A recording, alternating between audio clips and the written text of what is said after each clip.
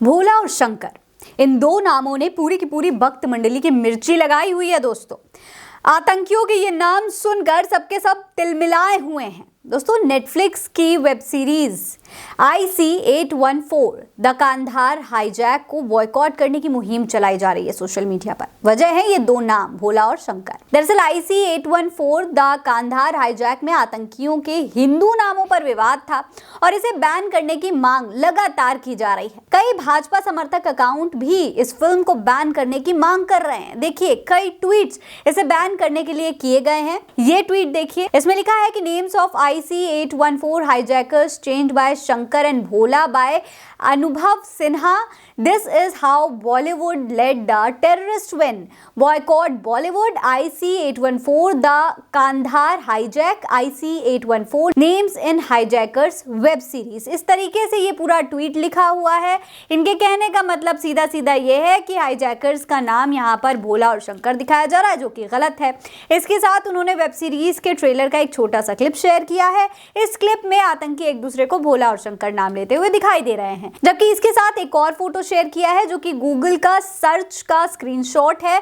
इसमें उन सभी आतंकियों के असली नाम लिखे हुए हैं जो कि मुसलमान नाम हैं। इसके अलावा एक और पेज ने भी ऐसा ही ट्वीट किया है। केदार नाम के एक पेज ने लिखा है कि क्या हम नेटफ्लिक्स और अनुभव सिन्हा की इस हिंदू फोबिक फिल्म का बहिष्कार कर सकते हैं जिसमें भोला और शंकर नाम के IC-814 अपहरणकर्ताओं को दिखाया गया है। याद रखें कि कैसे हमने लाल सिंह चड्ढा को सुपर फ्लॉप सुनिश्चित करके आमिर को घुटनों पर ला दिया था।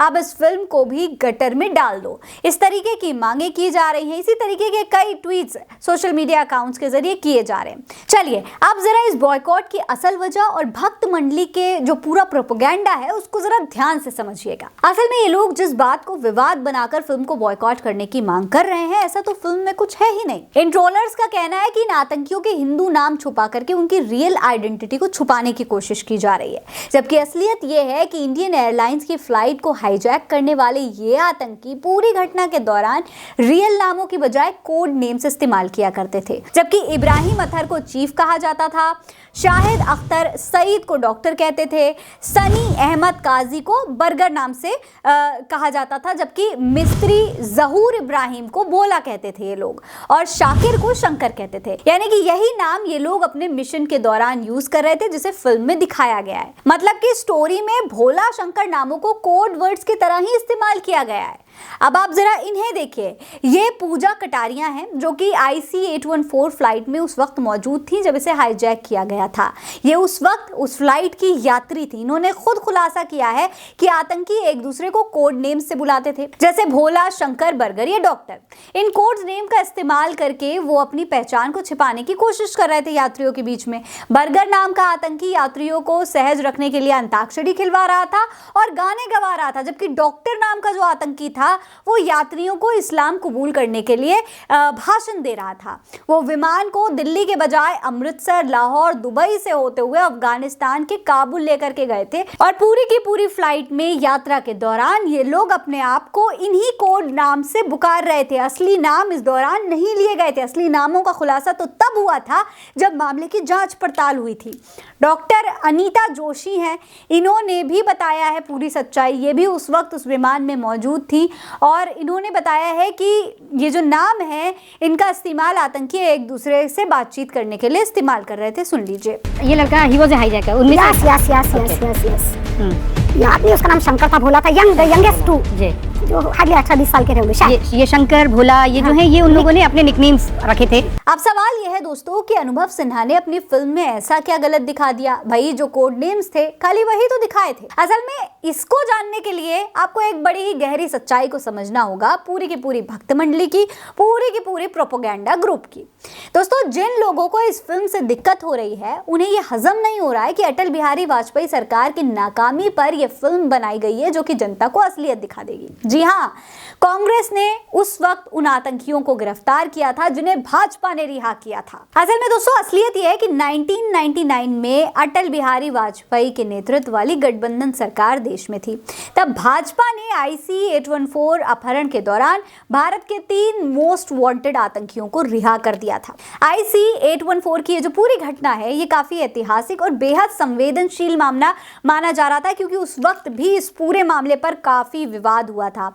इसमें सरकार की भूमिका और आतंकियों के साथ हुआ समझौता आज भी बहस का मुद्दा बना हुआ है। उस वक्त भी सरकार पर सवाल उठे थे कि भाई भारतीय जनता पार्टी की सरकार ने आतंकियों को छोड़ कैसे दिया। अटल जी के कार्यकाल में रॉ प्रमुख रहे AS दुग्गल IC-814 हाईजैकर्स को लेकर खुद मानते हैं दोस्तों कि जो उन्होंने निर्णय लिया था उसमें उनसे गलती हुई थी। उन्होंने क्या कहा है आप भी देखिए। दुग्गल कहते हैं कि एक बार जो विमान अमृतसर में उतरा तो हमारे पास ये सुनिश्चित करने का मौका था कि वो भारतीय क्षेत्र को ना छोड़ें, लेकिन जब ये अमृतसर से चला गया तो सौदा करने के अलावा कोई दूसरा विकल्प नहीं बचा था। कोई फैसला नहीं लिया गया। मैंने ये बात कई बार कही है।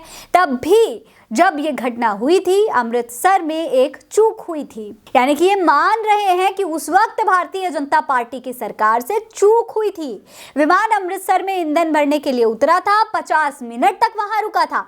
इसके बावजूद पंजाब पुलिस और केंद्रीय खुफिया बलों सहित जितने भी अधिकारी थे वो इसका फायदा नहीं उठा पाए। दुग्गल ने यह भी कहा दोस्तों कि हम सब वहां थे और हमें कोई फैसला लेना चाहिए था।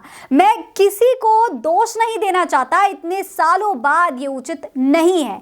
मैं भी उतना ही दोषी हूं जितना कोई और है।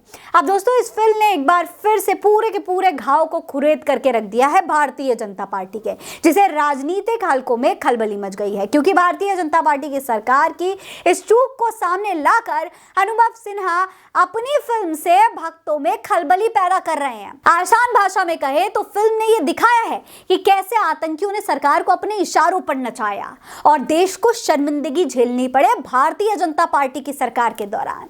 यह फिल्म उस समय की सरकार की विफलताओं पर है और यही सच्चाई कुछ लोगों से हजम नहीं हो रही है।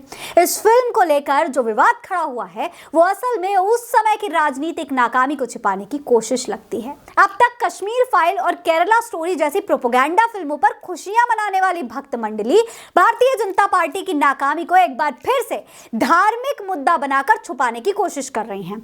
इस पर आपकी क्या राय है हमें कमेंट सेक्शन में लिखकर जरूर बताइएगा। यह खबर आप उल्टा चश्मा UC पर देख रहे हैं। मेरा नाम है फरहीन अंसारी। नमस्कार।